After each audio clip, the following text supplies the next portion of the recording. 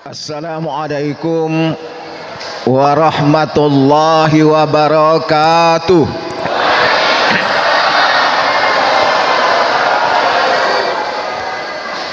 Alhamdulillahilladzi arsala rasulahu bil huda wa dinil haqq liyuzhirahu 'alad dini kullih wa kafa billahi syahida.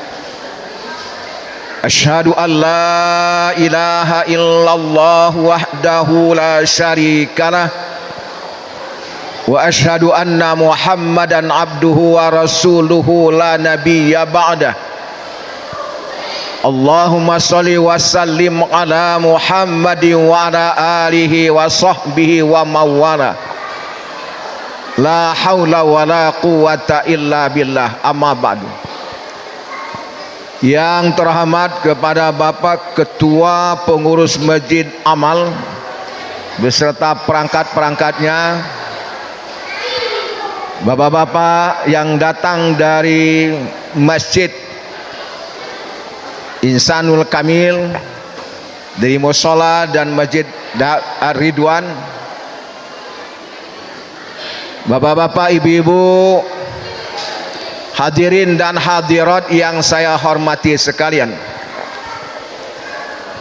Pertama-tama marilah sama-sama kita persembahkan puji dan syukur kehadirat Allah Subhanahu wa ta'ala, karena dengan karunia nikmat kesehatan dan kesempatan sehingga malam ini kita dapat bertemu, berkumpul di dalam masjid yang mulia ini dalam rangka memperingati Maulid Nabi Muhammad sallallahu alaihi wasallam. Salawat dan salam kita sampaikan kepada uswatun hasanah kita, yaitu Nabi besar Muhammad sallallahu alaihi wasallam beserta keluarga dan para sahabat beliau. Mudah-mudahan kita yang hadir dalam masjid ini akan mendapatkan syafaat dari beliau pada hari kiamat nanti. Amin. Bapak-bapak, ibu-ibu yang saya hormati, malam ini kita memperingati Maulid Nabi. Di mana-mana umat Islam khususnya di Indonesia memperingati Maulid Nabi, dan ini termasuk tradisi umat Islam di Indonesia. Ada yang memperingatinya di masjid, musola, kantor, dan sekolah-sekolah dengan cara yang berbeda-beda. Ada yang memperingatinya dengan musabaqah tilawatil Quran. Ada yang memperingatinya dengan musabaqah azan. Dan termasuk ada yang memperingatinya dengan ceramah seperti ini. Hanya saja orang mengucapkannya berbeda. Ada orang mengucapkannya Maulud Nabi, ada yang mengucapnya Maulid Nabi, ada juga yang mengucapnya Maulud Nabi. Ada itu. Mana yang betul? Betul kalau dikatakan Maulud Nabi memperingati kelahiran Nabi Muhammad sallallahu alaihi wasallam, harus tepat waktu. Kalau dikatakan Maulid Nabi memperingati hari dilahirkan Nabi Muhammad sallallahu alaihi wasallam, boleh maju, boleh mundur. Kalau dikatakan Maulud Nabi, benar juga. Sebelum acara dimulai, ada yang tegak mora pintu sini, ibu-ibu tegak mora pintu sana, megang bungkusan. Isinya apa? Isinya mulut. Oleh karena itu ada yang nyebutnya Maulud Nabi. Nah, kita ini bukan Maulud Nabi, adalah Maulid Nabi Muhammad sallallahu alaihi wasallam. Bapak-bapak, ibu-ibu yang saya hormati, kita harus tahu kenapa peringatan ini dilaksanakan dan siapa yang pertama kali memperingati Maulid Nabi dan apa tujuan daripada Maulid Nabi. Yang pertama kali gagasan memperingati Maulid Nabi, Sultan Salahuddin Al-Ayyubi. Di mana diperingati? Di kota Irbil dalam wilayah Irak. Pemerintah pada waktu itu bernama Abu Sa'id Al-Kaukabar yang memerintah 1144 Masehi sampai 1150 Masehi. Kenapa diperingati Maulid Nabi? Karena umat Islam mengalami kemunduran. Islam mundur. Namanya saja Islam, tapi pelaksanaannya sudah berkurang. Iman juga nurut. Politik menurun, ekonomi menurun. Sedangkan Nabi mengatakan al-Islam ya'lu wala yu'la alaih. Islam itu tinggi, kata Nabi, tidak ada yang bisa menandingi Islam. Kenapa umat Islam mundur di segala bidang? Padahal waktu itu akan menghadapi perang yang besar yang disebut dengan perang Sabil. Orang Kristen mengatakan perang salib. Sesudah diperingati Maulid Nabi, berkobar-kobar semangat jihad umat Islam. Ternyata umat Islam mengalami kemenangan sesudah diperingati Maulid Nabi Muhammad sallallahu alaihi wasallam. Nah, mudah-mudahan sudah diperingati Maulid Nabi ini, iman kita meningkat, ketakwaan kita meningkat, persaudaraan kita meningkat. Artinya peringatan ini berhasil. Bapak-bapak, ibu-ibu yang saya hormati, kembali tadi, apa tujuan memperingati Maulid? Sekurang-kurangnya hikmah yang kita petik malam ini menunjukkan kecintaan kita kepada Nabi Muhammad sallallahu alaihi wasallam. Yang kedua, untuk meningkatkan kualitas iman dan takwa kita pada Allah Subhanahu wa taala. Dua itu baik. Yang pertama, tujuan kita memperingati Maulid Nabi, bukti cinta kita pada Nabi Muhammad sallallahu alaihi wasallam. Apa ciri orang yang cinta? Kita ini sudah semua bercintaan. Apa cirinya? Cinta itu, orang yang cinta selalu berada dalam ingatannya. Seseorang yang kita cintai selalu kita bayangkan di pikiran kita. Yang kedua,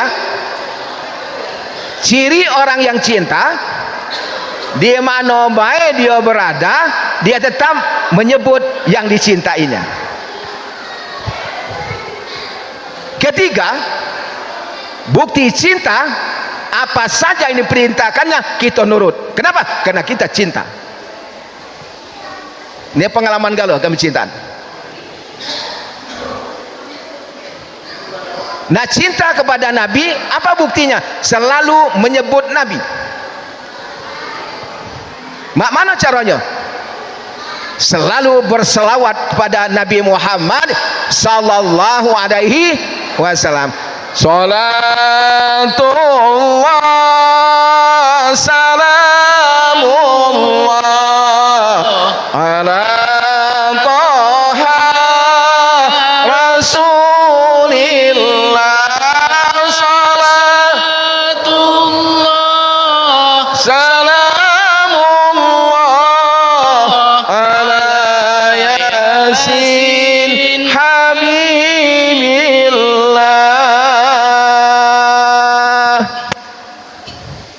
Selalu menyebut nama Rasul, bukti cinta. Kenapa kita harus berselawat Ini perintah Allah. Termaktub dalam Al-Quran surah Al-Ahzab ayat 56. Inna Allah wa malaikatahu yusalluna ala nabi ya ayyuhalladzina amanu sallu alaihi wa sallimu taslima. Itu dasar. Al-Ahzab ayat 56.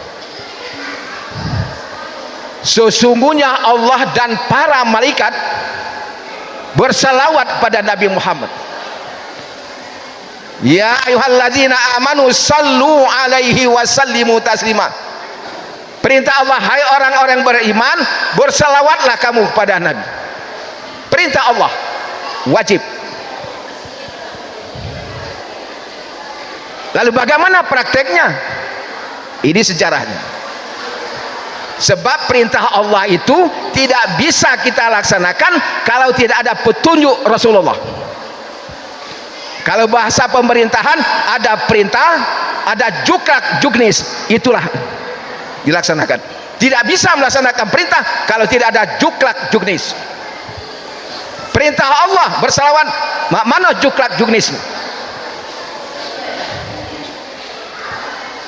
Waktu Nabi Muhammad keluar dari masjid, di lapangan masjid, Pak Bu, Nabi Muhammad lamo sujud di lapangan masjid, sehingga sahabat ini timbul curiga, ngapo Nabi ini lamo sujud. Para sahabat takut kaki Nabi nak meninggalkannya, kalau bahasa gitu. Sehingga tidak ada yang berani nak nanya kenapa Rasulullah lamo sujud. Abu Bakar tak berani, Khalifah Umar tak berani. Abdurrahman bin Auf mendekati Nabi. Sambil sujud, Nabi terjenguk ada kaki dekat. Kata Nabi, ngapo? Kata Abdurrahman, hai Rasulullah, kami curiga dan takut. Ngapo Nabi lama sujud? Apa kata Nabi? Sebentar tadi katanya datang Jibril.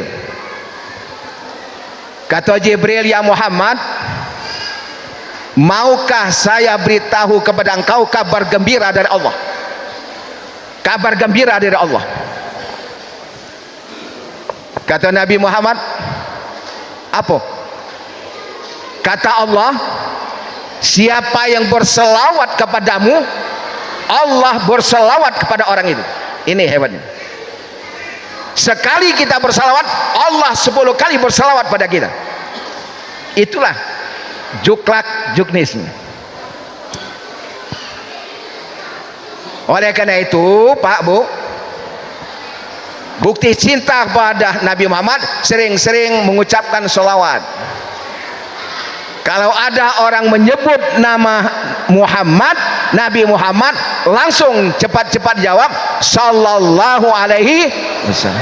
Coba, Nabi Muhammad. Itu tanda orang cinta.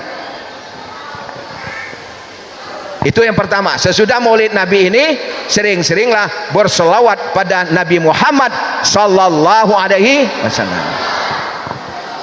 Yang kedua, tujuan kita malam ini untuk meningkatkan kualitas iman dan takwa kita pada Allah Subhanahu wa ta'ala. Sebab Pak Bu, orang yang beriman belum tentu dia mukmin. Orang yang beriman belum tentu dia takwa. Apa Pak Zakaria dasarnya? Surah Ali Imran ayat 102. Ya ayyuhalladzina amanu taqullaha haqqa tuqatih. Hai orang-orang yang beriman, siapapun yang sudah mengaku beriman pada Allah, besar atau kecil, laki-laki atau perempuan, apa kata Allah? Ittaqullah, bertakwalah kepada Allah. Belum cukup haqqa tuqatih, takwa yang sebenarnya. Ada orang yang takwa tapi belum tentu takwa yang benar. Dua penekanan ayat ini. Jelas ayat ini menyatakan bahwa orang beriman belum tentu dia takwa. Ittaqullah, kata Allah. Contoh, dia takwa tapi belum takwa yang sebenarnya.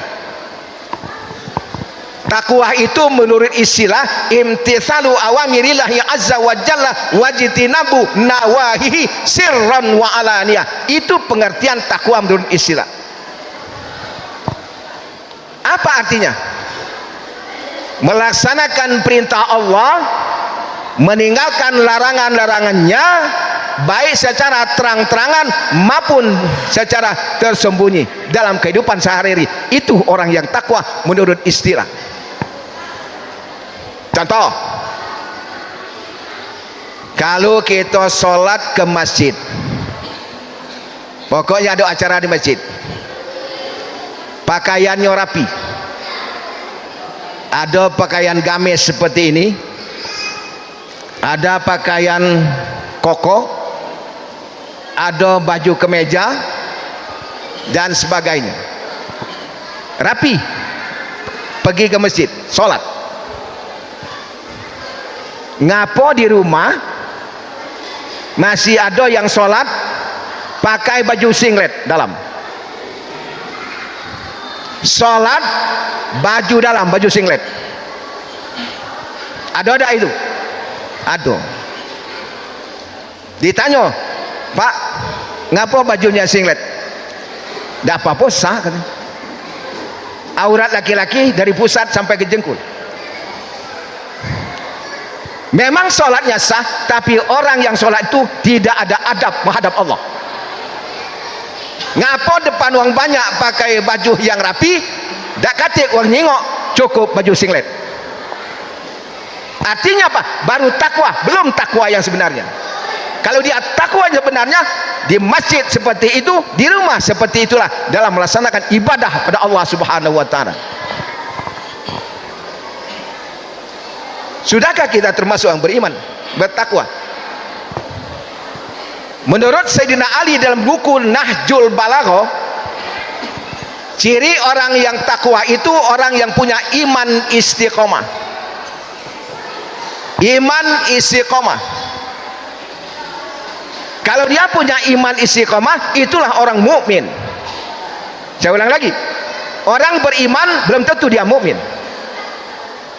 Kita ini termasuk saya jelas beriman, mukmin pun belum tentu. Ulama besar Syekh Hasan Al-Bisri, murid daripada salah satu sahabat Nabi, ditanya oleh seseorang, "Ya Syekh, apakah Syekh sudah termasuk mukmin?" Diam dia. Saya ulang lagi, apakah Syekh sudah termasuk mukmin? Dia diam. Kata Hasan Al-Basri, kalau Anda bertanya pada saya, apakah Syekh termasuk orang beriman? Saya masuk. Kalau ditanya apakah Syekh termasuk orang mukmin? Saya tidak tahu. Hanya Allah yang tahu. Hanya Allah yang tahu. Kalau kita ilustrasikan, beriman dengan mukmin, bernyanyi dengan penyanyi. Orang yang bernyanyi belum tentu dia penyanyi. Kalau dia sudah jadi penyanyi, jelas orang itu bisa bernyanyi. Orang yang beriman belum tentu dia mukmin. Kalau sudah mukmin, jelas orang itu beriman. Ini ada cerita ini. Cerita kawan daerah Komering. Ada orang Komering sini? Banyak. Zaman dulu nikahkan anak, pesta malam, datangkan orkes dari Palembang. Malam itu ditampilkan oleh protokol, kami silakan kepada Ibu Siti untuk menyumbangkan sebuah lagu terkenal waktu itu. Ibu Siti tampil yo, hoi tepuk masa, penyanyi yang hebat waktu itu. Ditanya oleh tukang orkes, nyanyi apa Bu? Maungkah indok lagi. Bingung tukang orkes. Ulang lagi bu, apa judulnya? Maongka indok lagi. Dak ngerti tukang orkes ya Palembang. Coba bu rengek kan bu, merengek dia.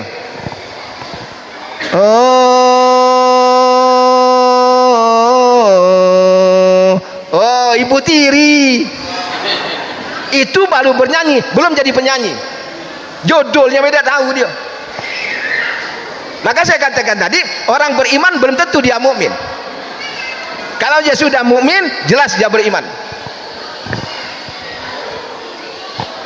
Tarik lagi pertanyaan. Apakah kita sudah termasuk orang beriman? Masuk? Masuk? Beriman. Kita berusaha untuk menjadi orang mukmin. Iman itu hablum minallah.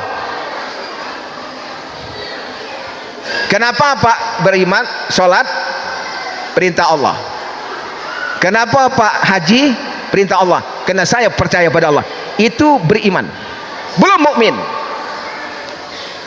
Salatnya bagus, tahajudnya bagus, duhanya bagus, tapi dengan tetangga tak sabaian, baru beriman, belum mukmin. Ada di daerah kami rajin pengajian ibu-ibu, tapi dengan tetangga tak sabaian. Kalau sini dak, sini bagus. Kalau artinya apa? Baru beriman, belum mukmin. Hablum minallahnya bagus, tapi hablum minan nas dilecehkan, belum mukmin. Apalagi nak takwa itu. Hablum minallah, hubungan dengan Allah cuma dua Pak. Kalau kita mau kontak hubungan dengan Allah, laksanakan dua. Apa? Iman, ibadah, khususnya. Kontaklah dengan Allah. Iman, ibadah khususnya.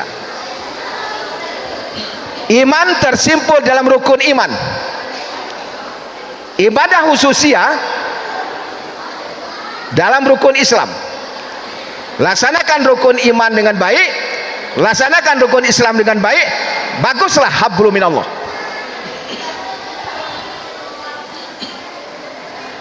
Nah, kalau kita ibadah, ini ciri orang beriman itu, iman istiqomah, imannya hidup. Artinya iman dibuktikan dengan amal ibadah. Iman ibu-ibu saya tidak tahu.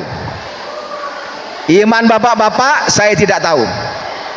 Iman saya bapak-bapak ibu-ibu tidak tahu. Kenapa? Iman ada di dalam. Tapi bisa dilihat ciri-ciri orang beriman. Ada cirinya. Apa cirinya? Termaktub dalam Al-Quran surah Ibrahim ayat 24. Alam tara kaifa daraballahu mathalan kalimatan thayyibatan kasyajaratin thayyibatin asluha thabit wa far'uha fis sama'. Kata Allah, adakah kamu tahu perumpamaan jadikan Allah kalimatan thayyibah, kalimat yang baik. Apa kalimat yang baik? Kalimat iman, kalimat akidah, kalimat tauhid, la ilaha illallah. Kalimatan thayyibatan kasyajaratin thayyibatin asluha thabit. Kalimat yang baik itu seperti pohon kayu yang baik, akarnya kuat menghunjam ke dalam tanah. Wa faruha fis sama, cabang-cabangnya menjulang ke langit. Itulah ciri yang beriman. Kayu, mungkin depan rumah kita ada pohon. Subur atau tidak kayu itu tergantung dengan akar. Di mana akar itu berada?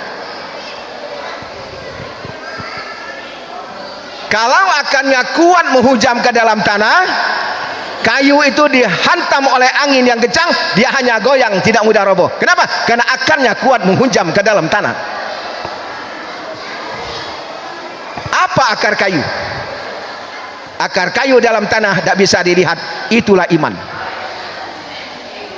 Ada di dalam diri kita masing-masing, tidak bisa dilihat. Lalu bagaimana melihat orang itu beriman atau tidak? Sering kita dengar, kurang ajar kata iman kau. Artinya bisa dilihat ciri-cirinya. Apa cirinya? Wa far'uha fis sama. Batang dan cabang-cabang kayu menjulang ke langit. Yang kita lihat, yang kita jengok bukan akar, tapi batang dan cabang-cabang kayu. Apa batang dan cabang kayu?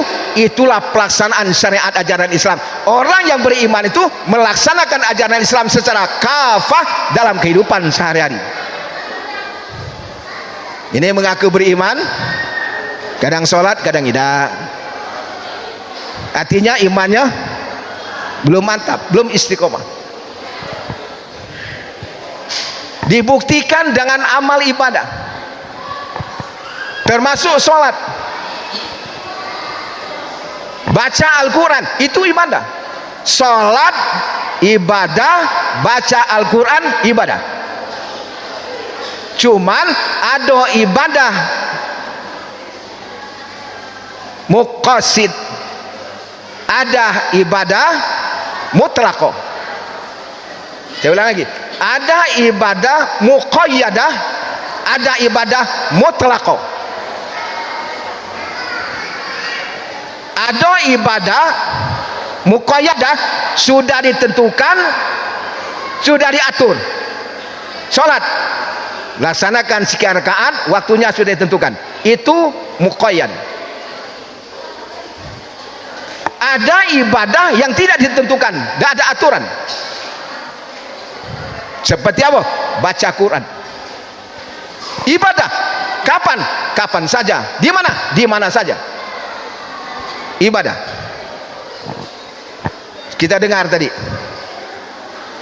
Mari kita untuk mendapatkan barakah dari Allah Subhanahu wa taala, kita buka dengan baca surah Al-Fatihah. Contoh Al-Fatihah. Ada tak perintah Nabi? Tak katik. Kalau buka acara dengan surah Al-Fatihah, tak katik. Kalau kita sedekah, buka dengan Al-Fatihah, tak katik. Cuma kalau kita baca hikmah surah Al-Fatihah, setiap ayat ada hikmahnya, bagus Al-Fatihah. Apa kata Nabi? Kalau baca surah Al-Fatihah dengan benar, apa yang kamu niatkan akan diijabah oleh Allah. Sebab ayat yang kelima, iyyaka na'budu wa iyyaka nasta'in. Hanya pada Engkau ya Allah kami menyembah, hanya kepada Engkau kami mohon pertolongan. Baca Fatihah yang benar. Dek, lemak dengarnya tadi. Sebab ada tempat lain, mari kita buka dengan baca surah Al-Fatihah. Bismillahirrahmanirrahim. Alhamdulillahirabbil alamin. Arrahmanirrahim. Maliki yaumiddin. Ya kana. Mana nak barokah? Macam salah. Baca tu yang benar. Tadi kan nak dengar. Kenapa? Siap. Baca Fatihah kena belajar. Siap. Tidak bisa baca Quran yang benar kalau tidak belajar. Itu kunci. Qori tadi, saya tahu, saya Daun Hakim. Berapa lama juga belajar lagu? 2 tahun. Lagunya baik, belum tajwid. Tidak bisa baca Quran yang benar kalau tidak belajar. Contoh, di mana-mana kita dengar. Dan mulai besok kita saksikan yang memimpin tahlil, tahlilnya salah. Inna Allah wa malaikatahu yusalluna 'alan nabi. Ya ayyuhalladzina amanu sallu 'alaihi wa sallimu taslima. Salah besar. Kalau dia macam seperti itu, salah besar. Apa ciri salah besar? Merubah makna. Coba dengar Pak, mana salahnya? Inna Allah wa malaikatahu yusalluna 'alan nabi. Mana salahnya? Salah besar itu.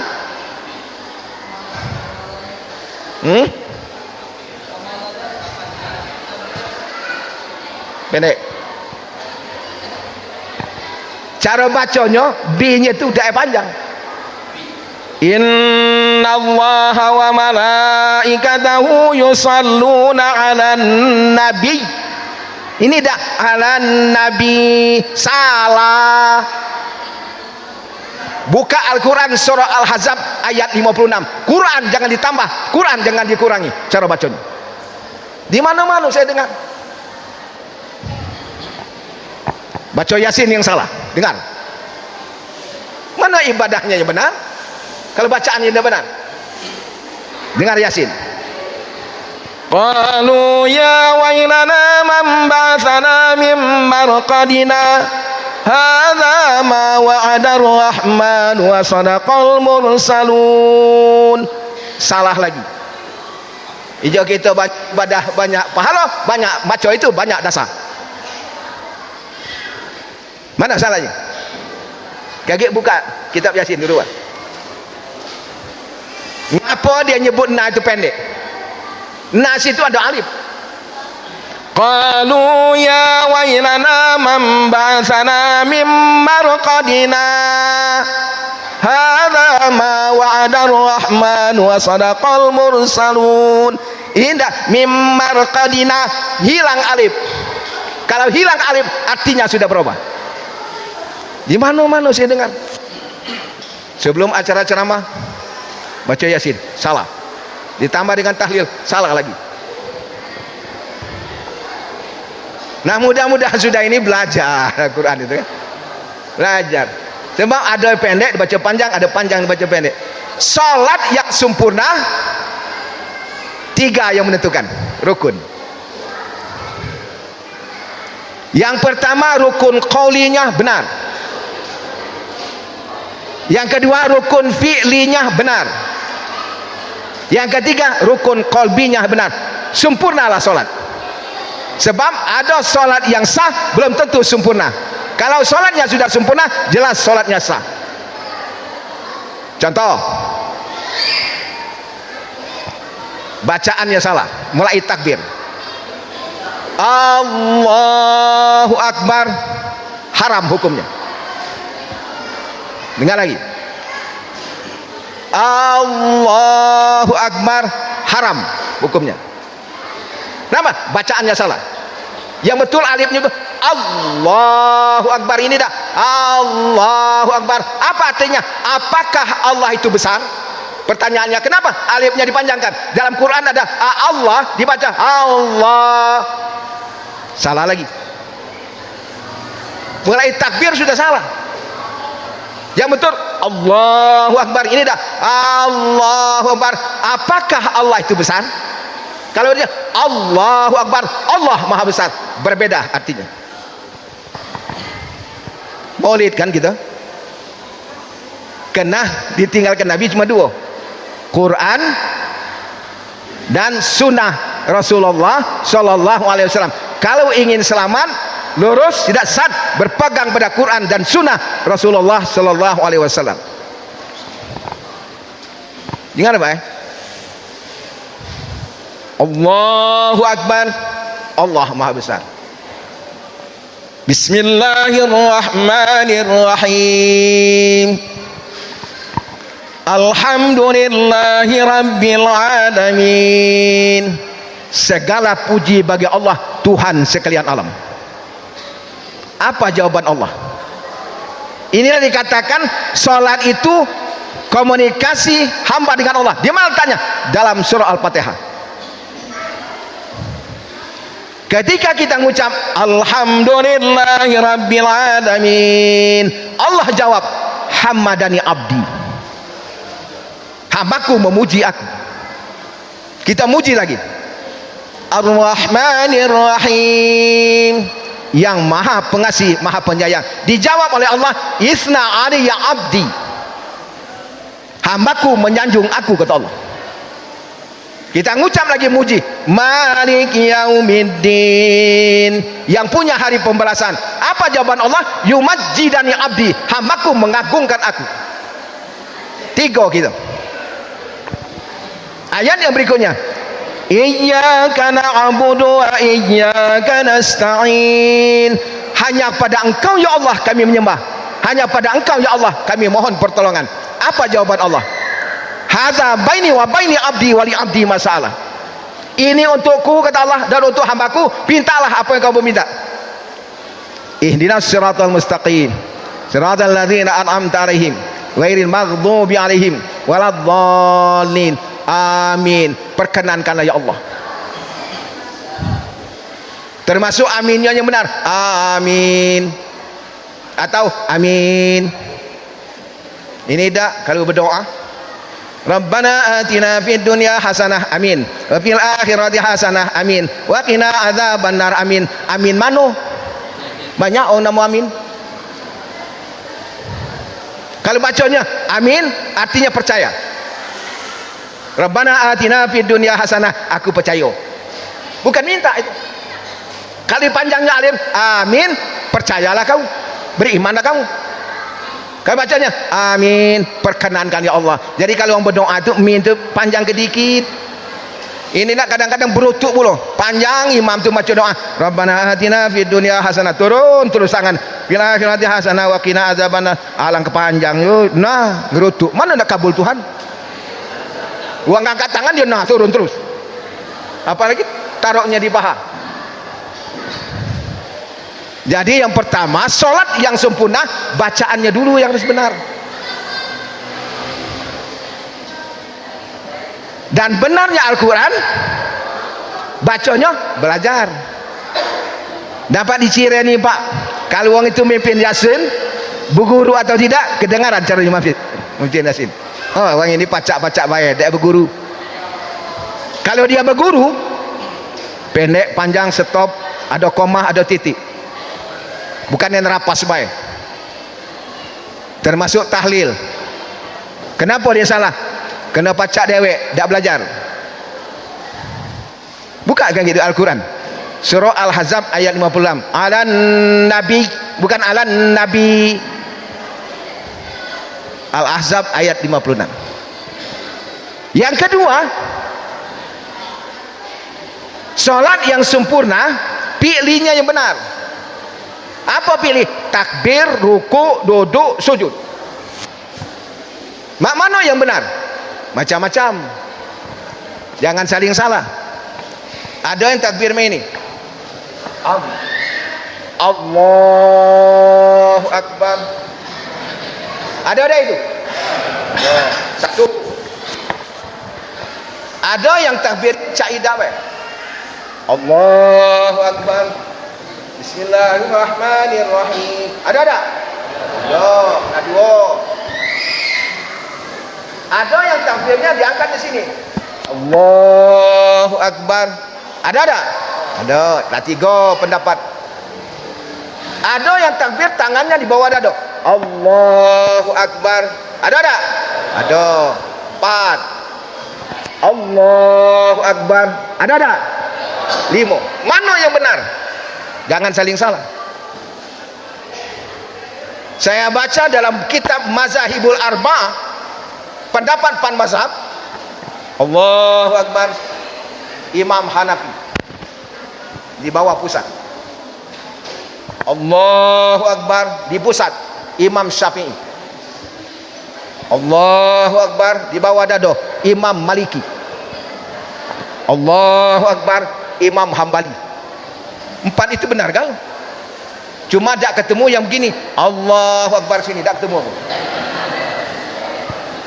Still miring. Tak ketemu kan? Kalau sini Hanafi, Syafi'i, Maliki, Hambali. Jadi kalau ada yang solatnya tangannya di dada, jangan disalahkan. Allahu Akbar. Kita Allahu Akbar. Syafi'i, dia Allahu Akbar sini. Kawan kita jengok. Biarkanlah, jangan diganggu. Kaget oleh kena lain, cuma kita jangan tarik. Hambali kawan ini.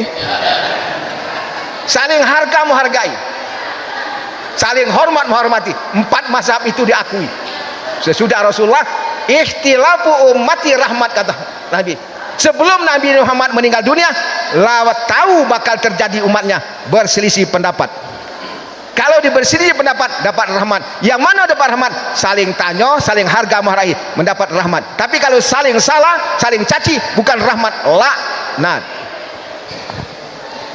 Bapak-bapak, ibu-ibu yang saya hormati, yang ketiga,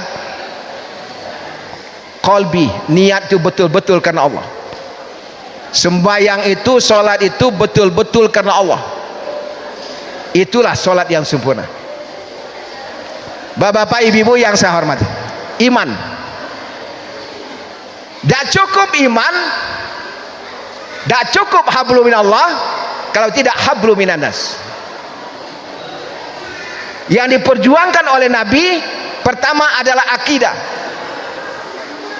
Kalau akidahnya baik, akhlaknya baik, ibadahnya baik. Akidah. Bapak-bapak, ibu-ibu yang saya hormati, nah, untuk menjadi orang yang baik yang dicontohkan oleh Nabi, apa yang kita ambil? Diri Rasul. Ayat bacakan tadi, laqad kana lakum fi rasulillahi uswatun hasanah. Demi kata Allah, pada diri Rasul, bukan pada Muhammad, pada diri Rasul menjadi contoh yang baik.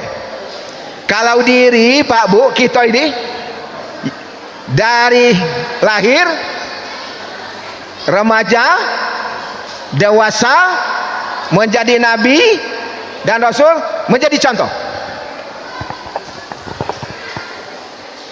Muhammad, bapaknya meninggal dunia, Muhammad masih dalam kandungan ibu, umur 2 bulan. Jadilah anak yatim. Lahir, kata Aminah, 9 bulan saya mengandung, tiap bulan datang Nabi terdahulu. Bulan pertama datang Nabi Adam. Nanti anakmu menjadi orang yang terhormat, dijaga. Semua Nabi itu berpesan yang di dalam kandungan ini orang yang baik. Terakhir mimpinya Nabi Ibrahim datang.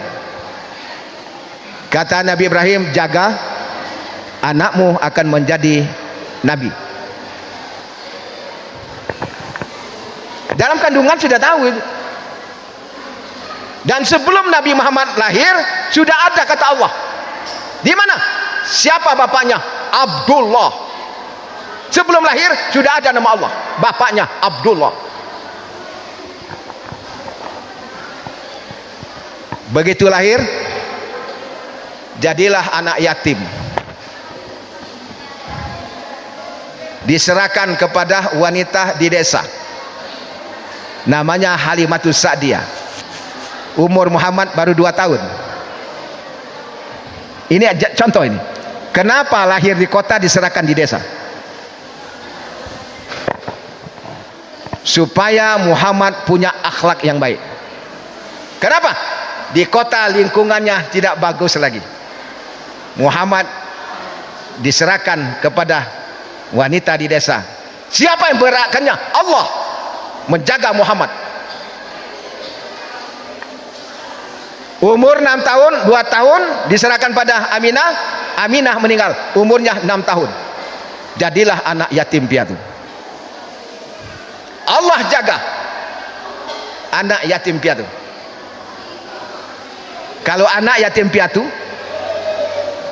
sekarang sulit menjadi orang yang hebat. Kenapa? Ibu mendidiknya dak katik, bapaknya dak katik. Hidup di lingkungan yang tidak baik, tidak ada pendidikan. Muhammad maco, tidak bisa nulis, tidak bisa. Ini hebat. Tapi Allah menghendaki jaga Muhammad sejak dari lahir. Serahkan Muhammad kepada kakeknya Abdul Muttalib, terkemuka orang Quraisy pada waktu itu. 8 tahun diasuh oleh Abdul Muttalib. Abdul Muttalib meninggal dunia. Allah gerakkan Muhammad diasuh oleh pamannya Abu Thalib. Walaupun Abu Thalib sampai meninggal dunia tidak Islam, tapi dijaga oleh Abu Thalib. Ini contoh cara Allah menjaga, dari lahir dijaga. Nah, waktu diasuh oleh Abu Thalib. Pahit getir dirasakan oleh Muhammad. Jadi pengembala kambing.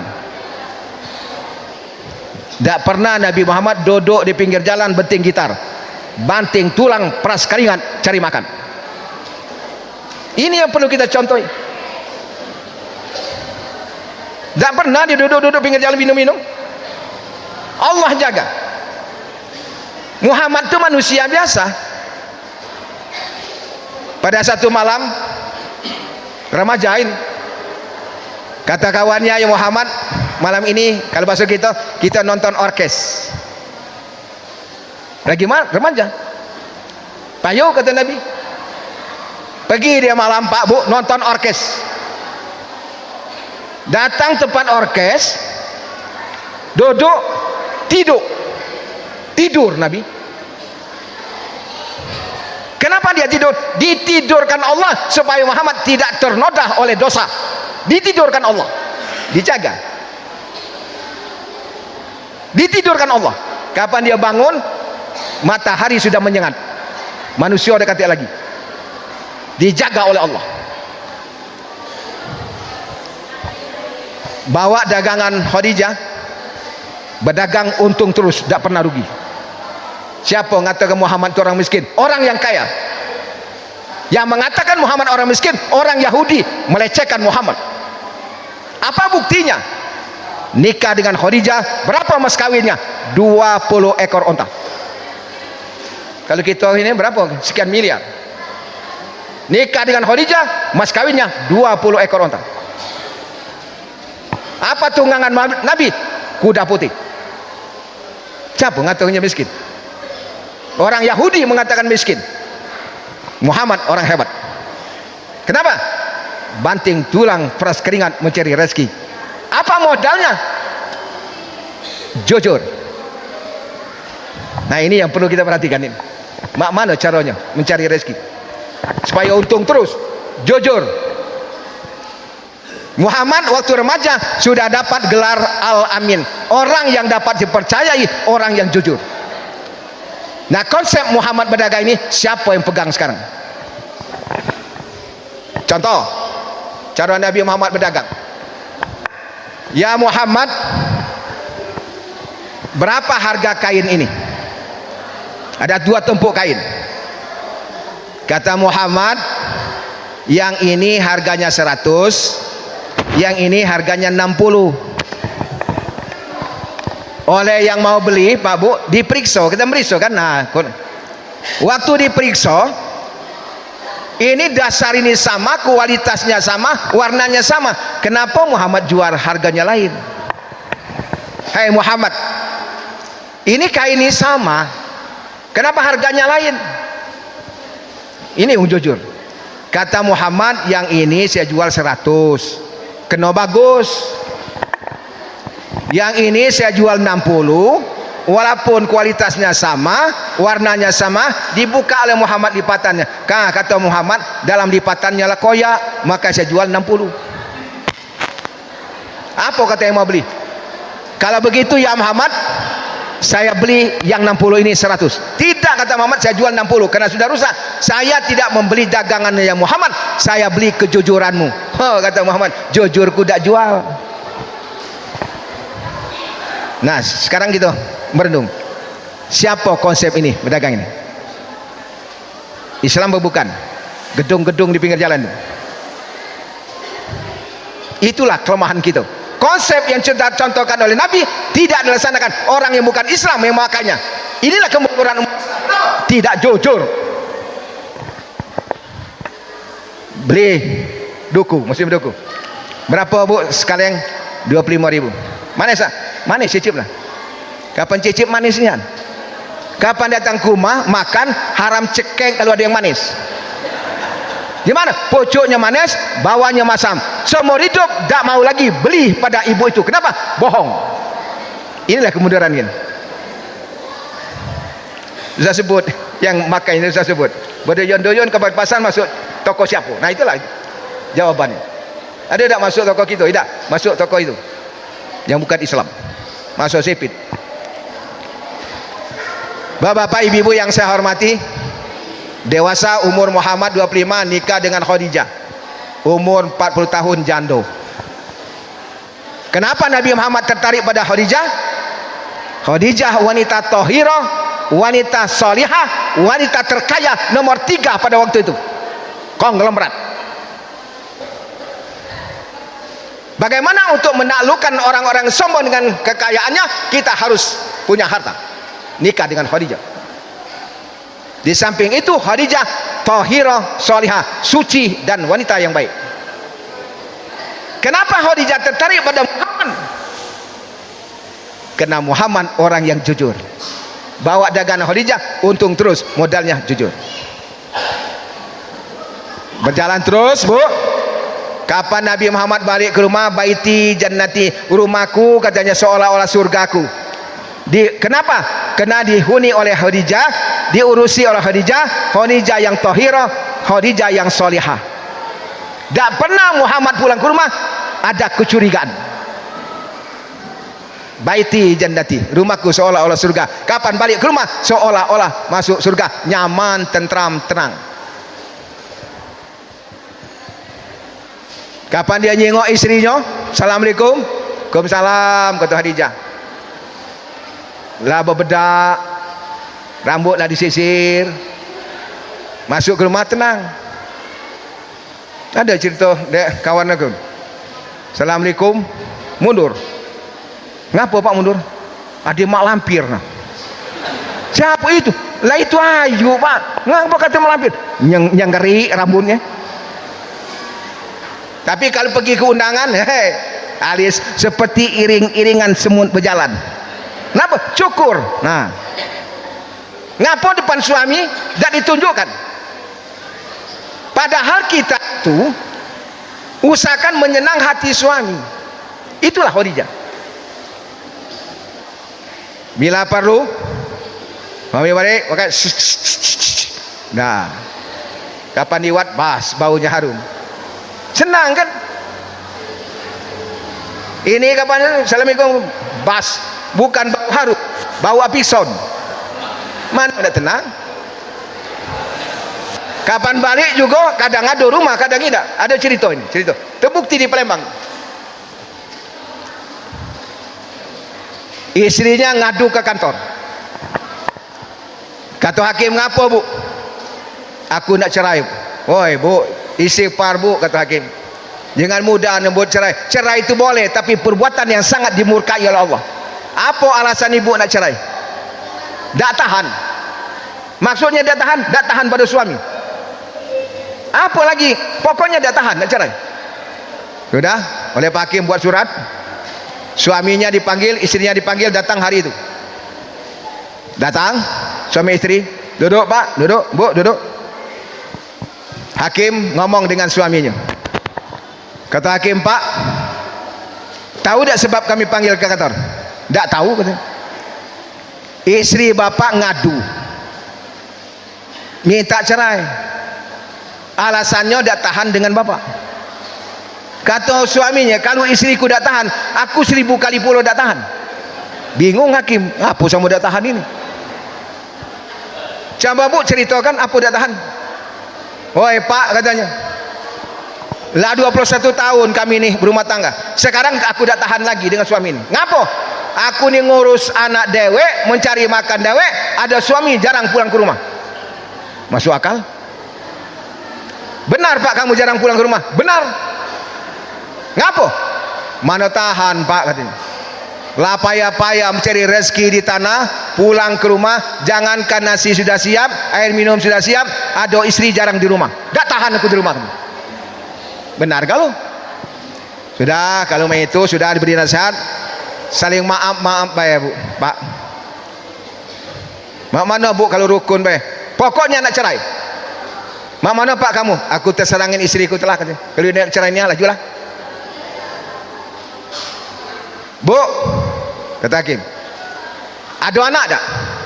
Ada. Takut curiga ke ada anak kan? Ada harta tak? Berduit kami ni. Mak mana harta dengan anak? Terserah Pak Hakim. Apa putusan hakim saya terima.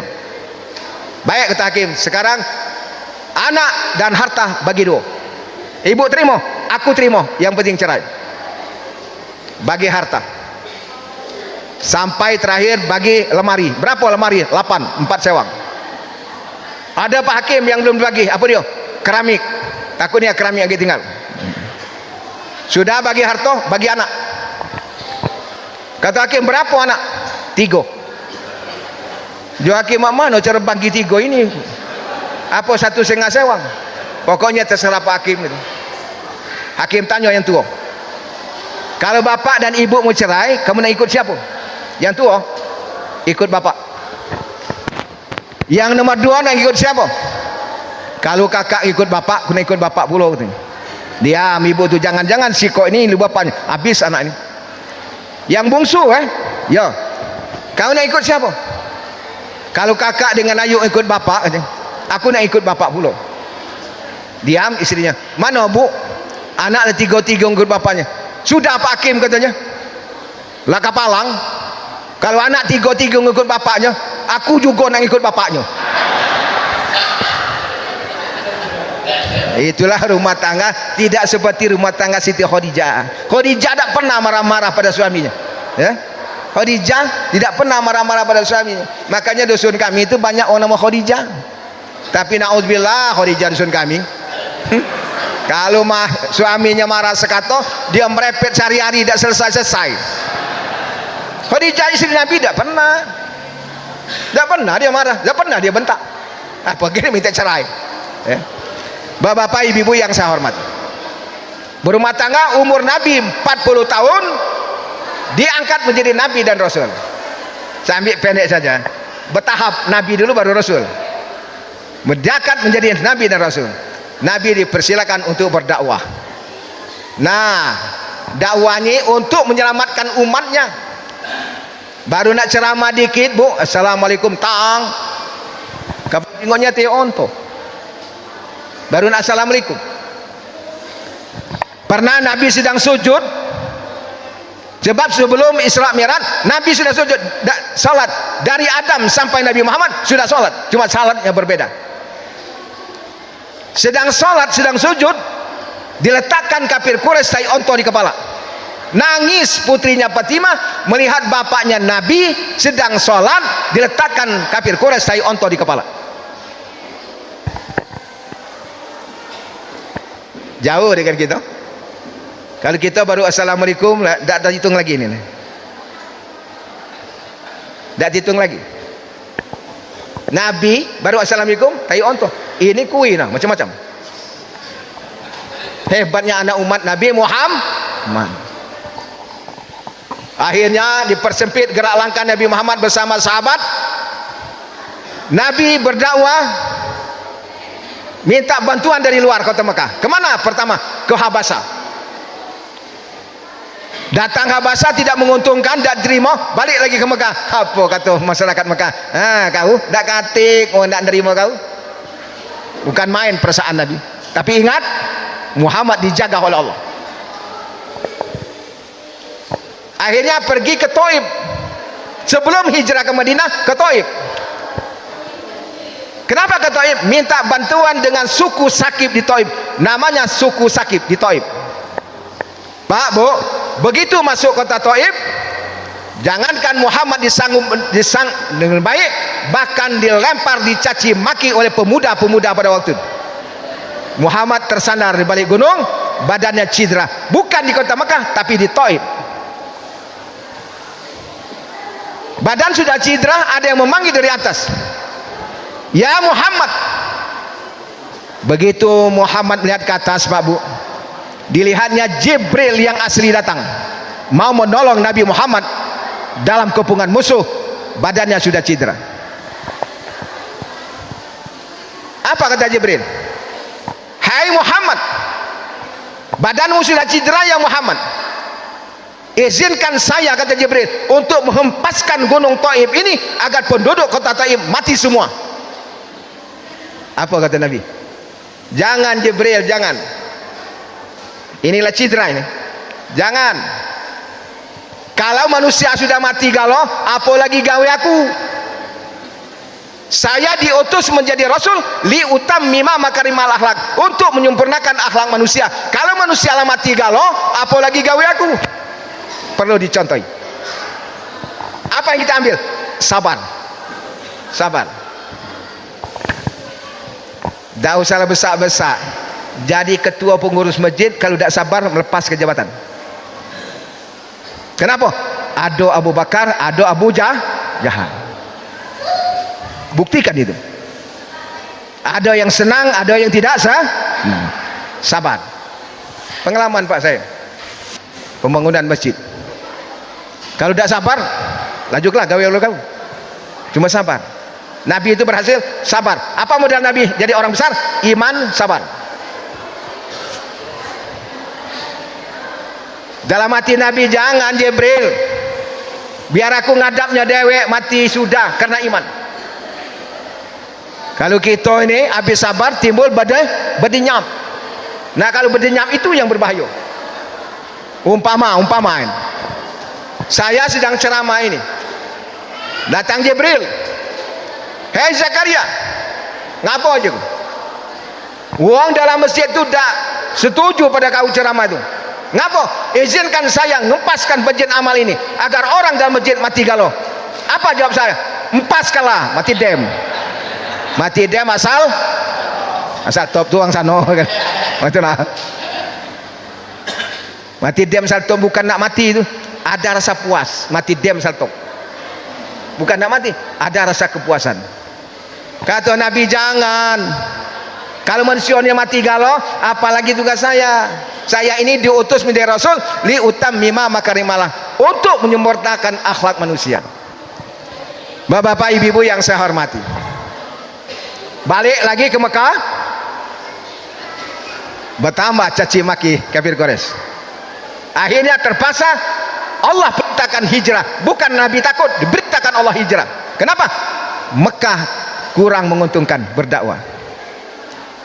Sulit bu. Nabi-nabi terdahulu sulit berdakwah. Cuman bedanya Nabi terdahulu, siapa yang bangkang terhadap Nabi, azab langsung. Siapa yang memutarbalikkan hukum Allah, azab langsung.